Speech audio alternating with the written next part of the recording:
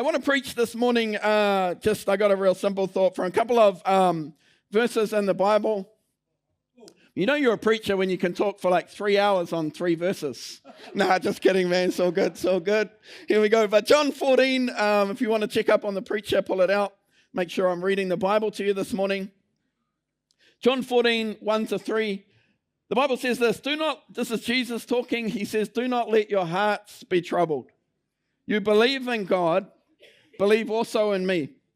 In my Father's house has many rooms. If that were not so, would I have told you that I'm going to prepare a place for you? And if I go and prepare a place for you, I'll come back and take you to be with me, that you also may be where I am. I want to preach this morning from this passage. Never preached from this passage before. It stole my thunder. There's my title.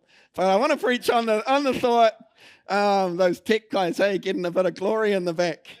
Hey, unnoticed in those hidden parts. Boom. There we go. But I want to preach this morning on the thought, heaven is my home. Come on, if you're a believer this morning, if you're not, you can sit this out. No, just joking. But if you are a believer this morning, do you want to turn to your neighbor? We'll fix that by the end if you're not a believer. Come on, but if you are a believer this morning, can you find someone and say, heaven is my home? Help me preach. Preach to them this morning. Even if you're just like, I never participate in these moments. Can you humor me this morning? Come on, can you help the preacher a little bit? Turn to your neighbor, say, heaven is my home, hey? I want to preach from this thought, and this is this is obviously taken from the Gospel of John, and you know, half of the Gospel of John, a whole half of the whole book, that book of the Bible, is Jesus' last week on earth. And this is taken from that passage here in John 14, which Jesus is talking about how he's going to die and how he's going to suffer and how he's going to rise again. And the disciples aren't super excited by that because they're thinking that Jesus is coming to establish a physical kingdom on the world. And sometimes when we're in physical hardship, all we can see and all we want is a bit of relief from our physical hardship, eh? And that's where these guys are. They're brutally oppressed by their enemies, and they think the best thing that could happen to them is that Jesus comes in and he destroys the Romans, but Jesus has a bigger purpose and a bigger plan in mind. And so he starts to talk to them and he says, hey, you're going to have trouble in this world. It's going to be tough. And but then he says, don't let your heart be troubled. Believe in God the Father. Believe also in me. And then I've already read the second part of this passage here, but if I didn't, imagine what Jesus would have said. Like he's saying, hey, you're going to go through some hardship. You're going to go through some tough times. Don't let your heart be troubled. Believe in God. Believe in me. I wonder what you think, or I would think that he would say after that. I might guess and say that maybe Jesus will say, it's going to be all good. You know, things will work out. Just pray and God will turn it around. You know, like, hey, come to me. I'll pray for you. Let me breathe on you so you receive the Holy Spirit. He does that in other places. But in this specific place, Jesus is saying life is going to get tough at points in your life. Come on, you're coming into a moment of pressure and testing. And then he starts talking to them about how heaven is their home. Hey, so he's saying life is going to be tough, but I want you to keep in mind that in my Father's house there are many mansions. Come on, that God has a place for you, and I'm going to come back and I'm going to receive you and I'm going to take you to where I am. Essentially, he's saying, come on, you're going to go through some tough times, but it's so important that you remember that heaven is your home. This earth isn't your home. Come on, that this world is preparation for the next. Come on. Anyone believe that this morning, eh? I was hoping for a little bit. That was my whole real point of my whole message. So I was hoping for a little bit of a, it's like if that didn't go off, I don't know what's going to happen now, man. I'm just like, but that's my whole kind of thought is that actually like we've got to remember, and I know this is a simple thought, but you know, the simple thought is that heaven is our home. And I know that's real simple this morning, and you feel like maybe you shouldn't be in the adult service, you should be in the Sunday church this morning. But come on, I reckon that we all need to be reminded that heaven is our home. Because the world has a way of bombarding us with the here and now. Come on, the spirit of the world is constantly trying to convince us to define success in terms of temporary achievements. Come on, the spirit of the world's always trying to get us focused on our comfort, entertainment, security, and popularity. Come on, I wonder if you audited your week this week and thought, man, how much of my week was I thinking about like success, comfort, security, and entertainment? And how much of my week this week did I realize that heaven is my home? And how much of my week was intentionally setting myself up for life after this life? Come on, I reckon, I know it's simple this morning, but I reckon we all need to be reminded of it because we're constantly living in a world that's going to bombard us with the here and now. Hey, it wants us to get our focus on the here and now, not to keep our focus on heaven. Jesus says, that's why in Luke 24, Jesus says, he's talking about the last days, and he says all this trouble is going to come on the earth, and persecution and earthquakes and rumors of war. And then he says, what I want you to do is lift up your head because your redemption draws near. Come on, when you're going through these things, come on, you can't pray that the earthquakes are going to stop in the last days. There's going to be things that are going to come upon the world. But what we're supposed to do as the church is lift up our head and get our hearts and our minds fixed on heaven, realizing that heaven is our home. Simple thought this morning is the moment you start living for this world, you become ineffective for the next. Come on, if you're taking notes, that's a big thought. Man, the moment you start living for this world, you're going to become ineffective at impacting people for the next. And the Bible calls us over and over again to live for eternity. It's not a sub-thought of the Bible. In fact, it's a big difference between the Old Covenant and the New Covenant. So the Old Testament was all around temporary blessings. The New Testament emphasizes eternal things. And one of the reasons Jesus was constantly misunderstood because he was seeing life through an eternal perspective. He's like, they're not dead, they're asleep, it's temporary. Come on, he was constantly not moved by what everyone else was moved with because he came into a situation thinking of things through an eternal perspective, not a temporary perspective. We see it on almost every page of the New Testament that life is short and that what we do with this moment of time will determine our forever, and that we're to set our hearts and our minds on things above. I heard this story this morning about a guy named Adoniram Judson, and some of you might have heard of him before. It's the first time I'd heard of him this week, but he's considered to be America's first overseas missionary and lived in the 1800s, and he was 24 years old, and he felt the call of God to take the gospel to Burma. And Burma was a place where there was no real missionaries there. It was very hostile to the gospel in the 1800s, and just felt this burden and the call of God to take the gospel over there. And Adoniram was in love with a young lady named Anne. If you want to find out more about that, come along to our night service. Come on, we're doing Dating God's Way and talking about true love tonight at our YA service. Got Caleb preaching the word. Let's go. And so he was in love with this lady, and there's probably not a great blueprint for how to do it, but he thought, man, so he wanted to ask her father for her hand in marriage. So 1810, he wrote a letter to his would-be father-in-law, and I want to read it out. It's Old English, so it's a little bit hard to follow, but bear with me. He writes this, he says, I have now to ask whether you can consent to part with your daughter early next spring to see her no more in this world. Whether you can consent to her departure to a heathen land and her subjections to the hardships and sufferings of a missionary life. I'm asking whether you can consent to her exposure to the dangers of the ocean, to the fatal influence of the southern climate of India, to every kind of want and distress, to degradation, insult, persecution, and perhaps a violent death. Come on, just in case you're wondering, that's not how I asked for Kiri's hand in marriage, just in case you're wondering there, eh? It's like, but anyway, this guy's got riz. Here we go. He says this, can you consent to all this for the sake of him who left his heavenly home and died for her and for you, for the sake of perishing immortal souls, for the sake of Zion and for the glory of God?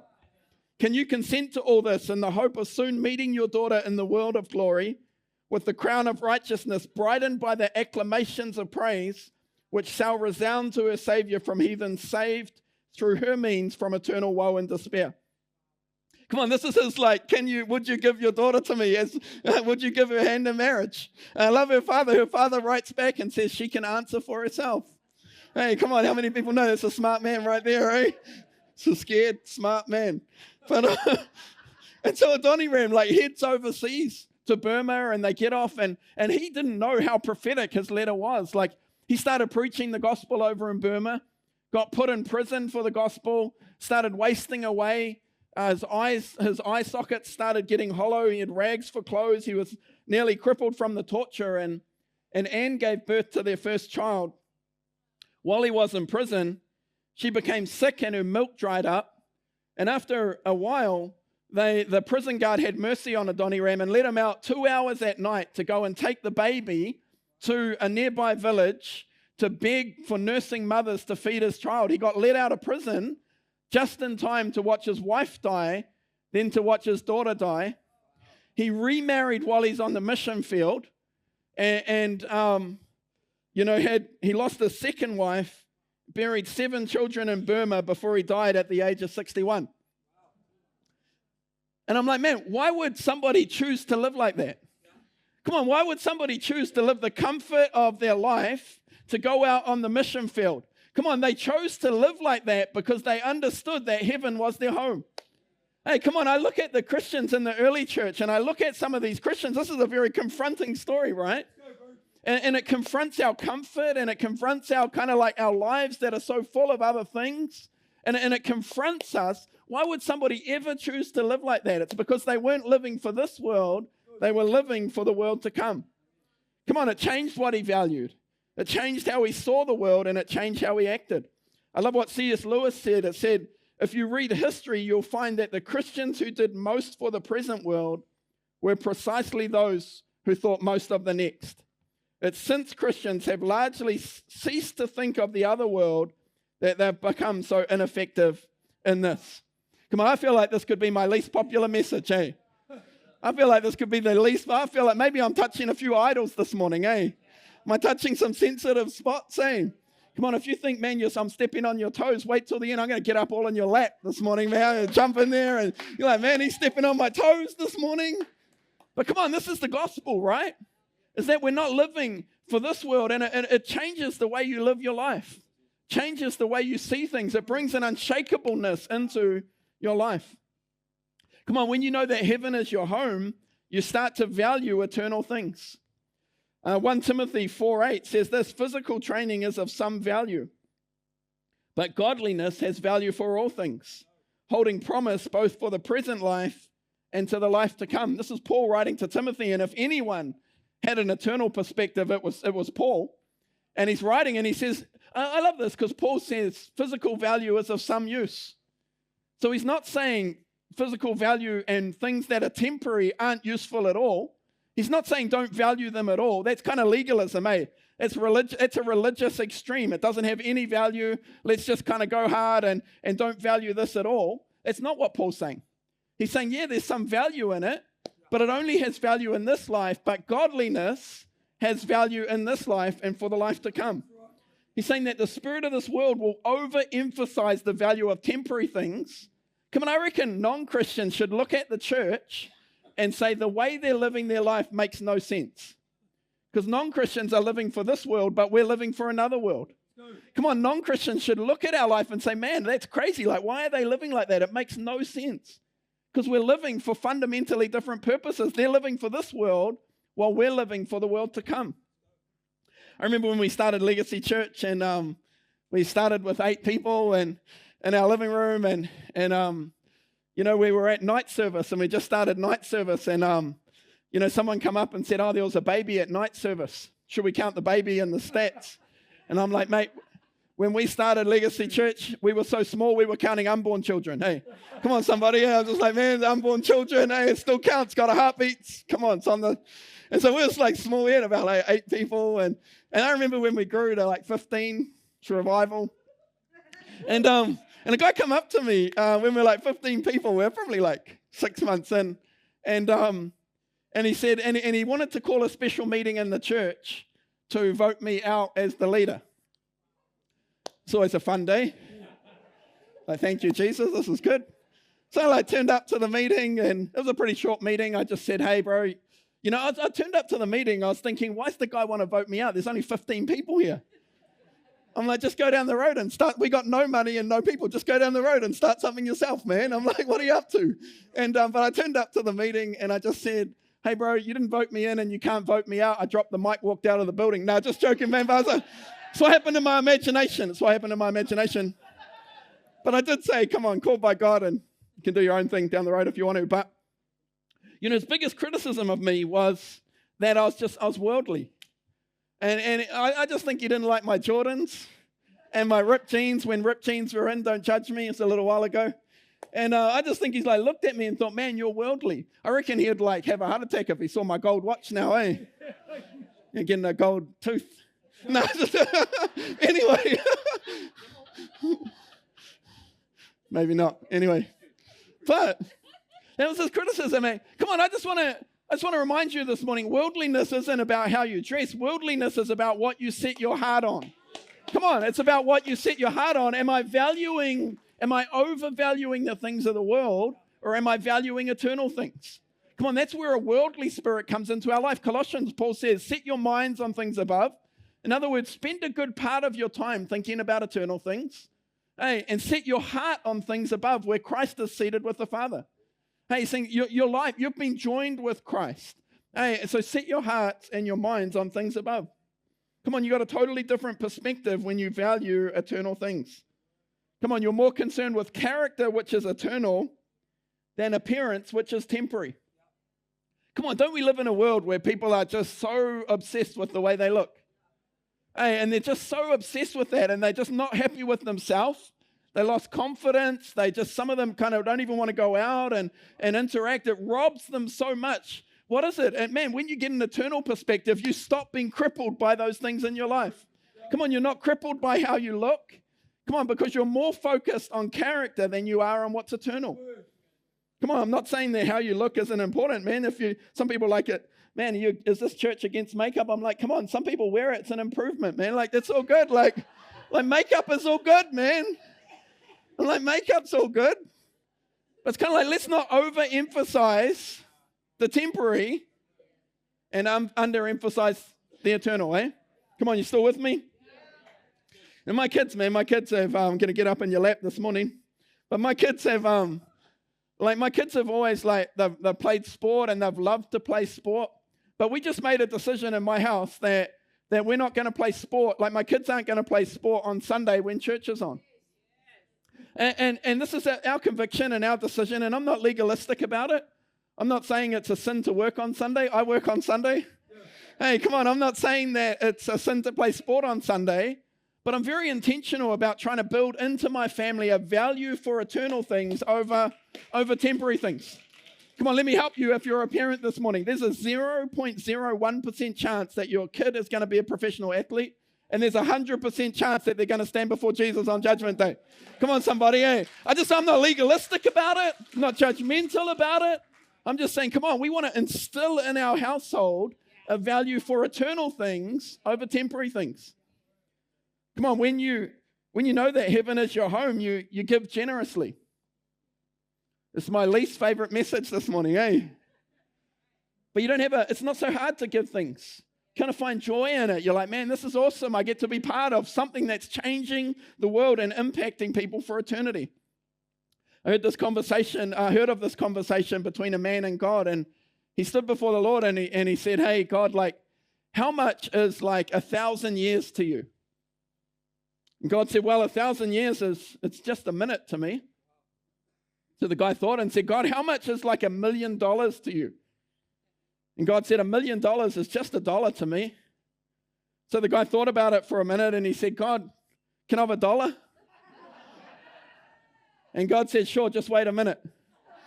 Hey, just wait a minute, man. It's come on, but honestly, when you have an eternal perspective, it changes the way you see possessions. In fact, come on, this is very challenging for me, as well as for you, no doubt. But if I were to look at the early church and the way the early church lived, and I would look at the way the modern church lives, particularly in the West, I'd say one of the biggest discrepancies between those two things is the way they handled wealth and material possessions. Come on, they were selling houses and bringing the money, laying it at the apostles' feet. Come on, they were sharing everything they had with people in need, that there were no needy people among them, eh? Come on, what a radical way to live their life. They lived that way because they weren't focused on the here and now. They understood that heaven was their home. I'm going to take that silence for agreement with conviction. Luke 12, Jesus said this, a bit of a passage, but he said, watch out. be on your guard against all kinds of greed. You know, greed's one of those things that is very, very difficult. It's like pride. It's easy to see in others, hard to see in yourself. You don't really, as a pastor, have people saying, hey, pastor, can I make a meeting with you? I'm really greedy and I just need some help to overcome my greed problem. I've been doing it for a while. I never had that one, man. I just got a greed problem and I'm so greedy. I want to catch up. Can you pray for me? No. But Jesus said this, watch out, be on your guard against it.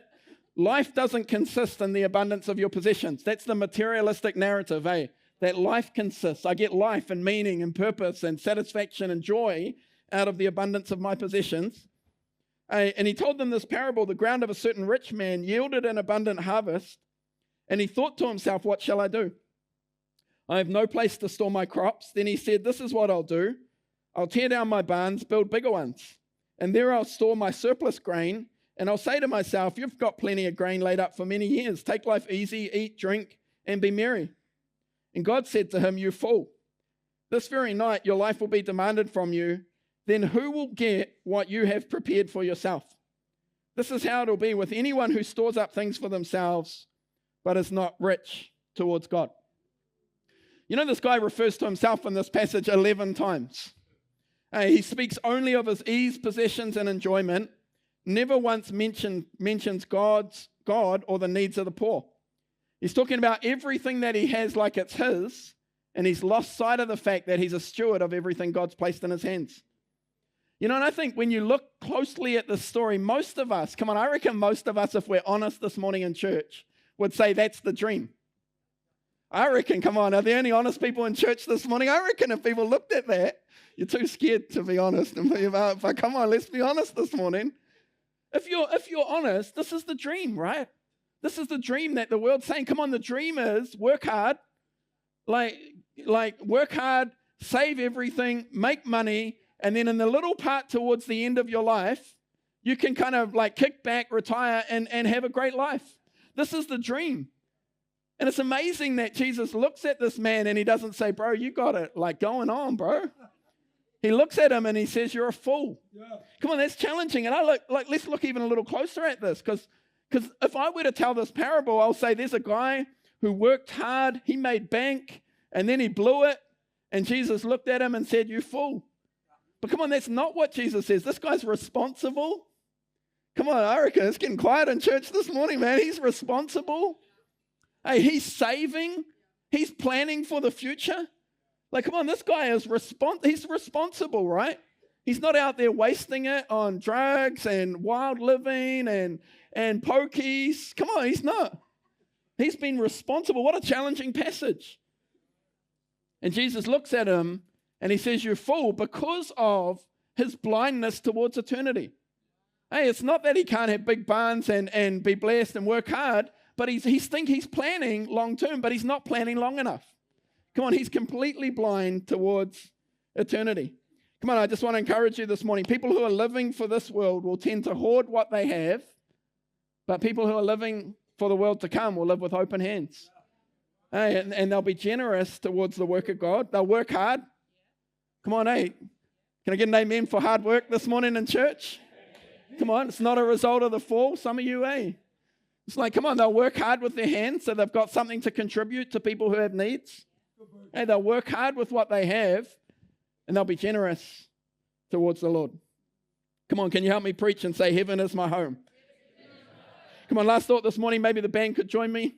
Feel like singing. And last thought this morning, people who know that heaven is their home, they're unshakable in their faith. And I tell you, man, that if you get an eternal perspective in your life, it'll bring an unshakableness into your life. Hey, man, I don't want to be a person who's up and down. I don't want to be a person who's moved by every circumstance. Come on, we live in Palmerston North, Come on, any citizens? I reckon there's way too many citizens at Palmerston North. Caught up in this drama, this person saying this about me, this person doesn't like me, now this person likes me, my friend did this, and caught up in this gossip and that gossip and this other, someone else's problem. It's not even your problem. It's someone else's problem. You just adopted it. Hey, letting people bring in, and they're throwing all over the place. But I want to tell you that when you've got an eternal perspective, it brings an unshakableness into your life. Come on, you're not up and down with the world. You're living unshakable. I love what Paul says. He says our light and momentary troubles are achieving for us. I want to remind you, if you're walking through something, Paul, he was walking through stuff. He was persecuted. He was attacked, falsely accused, put in prison. He says, my light and my momentary troubles are achieving for us an eternal glory that far outweighs them all. So we fix our eyes not on what's seen, but what's unseen, since what is seen is temporary, but what's unseen is eternal. Paul was unshakable, man.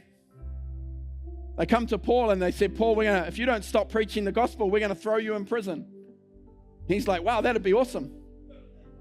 I'll get a chance to finish Ephesians. I've been working on Ephesians. Might be able to lead the jailer in Philippi and his whole family to the Lord. This would be awesome, man. Come on. What are you going to do? Like, you're trying to threaten the guy. Man, we're going to throw you in prison if you don't stop preaching. He's like, yeah, it's cool. Like, yeah, we know what we're Paul. If you don't stop preaching, we're going to kill you. And he's like, wow, that'd be awesome. Because I've been wrestling with, to die is gain, but to live is Christ. And, I want to be here to encourage the church, but I'm looking forward to going home to be with Jesus. And so, come on, man, if you're going to be awesome if you kill me. This is Paul, man. He writes it. He's like, it'd be awesome if you kill me. Oh, were you trying to threaten me? Sorry, you're trying to threaten me with heaven? Sorry. I totally missed that. This is Paul. What are you going to do to that guy? Come on, what are you going to say about him to stop him from moving forward? What are you going to do to stop him from worshiping Jesus? Come on, what are you going to throw at the Apostle Paul to get him to back down? You can't even intimidate him with death. Come on, how are you going to shake him? You're like, man, what are you going to do to Paul? Hey, you can't stop the guy. He's unshakable. That's why someone comes and prophesies and says, man, I prophesy, I see hardship. And how about this for a prophetic word, eh? I see hardship and tribulation everywhere you go. He's like, man, it's all good. He said, none of these things move me. Neither do I count my life dear to myself, that I can finish my race with joy. Come on, you can't stop him. He's unshakable because he's not living for this world. He's living for the world to come. Thanks so much for joining us today. Legacy runs weekly Sunday services. We also run a number of ministries helping the poor.